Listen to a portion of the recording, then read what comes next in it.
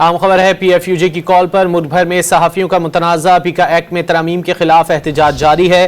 कराची, लाहौर, इस्लामाबाद और कोयटा में सहाफ़ी सड़कों पर हैं। फैसलाबाद, बहावलनगर समेत दीगर छोटे बड़े शहरों में भी सहाफ़ी बिरादरी सरापा एहतजाज है। सहाफ़ियों ने पीका एक्ट में तरमीम को मुस्तरद करते हुए इसे सहाफ़त की आज़ादी पर हमला करार दिया है। सहाफ़ियों की जानिब से कौमी असम्बली में भी अपना एहतजाज रिकॉर्ड करवाया गया था। उसके बाद आज हमने देखा कि ऐवान वाला में भी सहाफ़ियों ने अपना एहतजाज रिकॉर्ड करवाया और अब PFUJ की कॉल पर मुल्क भर में सहाफ़ियों के मुतनाज़ा पीका एक्ट में तरमीम के खिलाफ एहतजाज जारी है। इस हवाले से मज़ीद बात कर लेते हैं डॉन न्यूज़ की नुमाइंदा रुखसाना मेहताब से। रुखसाना, क्या तफसीलात हैं, क्या कहना है सहाफ़ियों का, किस तरह एहतजाज रिकॉर्ड करा रहे हैं?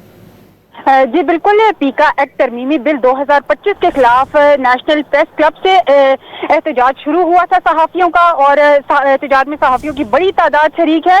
सहाफ़ियों की बड़ी तादाद पीका एक्ट में तरमीम के खिलाफ एहतजाज कर रही है और सहाफ़ी बरादरी की तरफ से बताया जा रहा है कि हालिया तरमीम के तहत साइबर क्राइम के कवानीन को मजीद सख्त कर दिया गया है।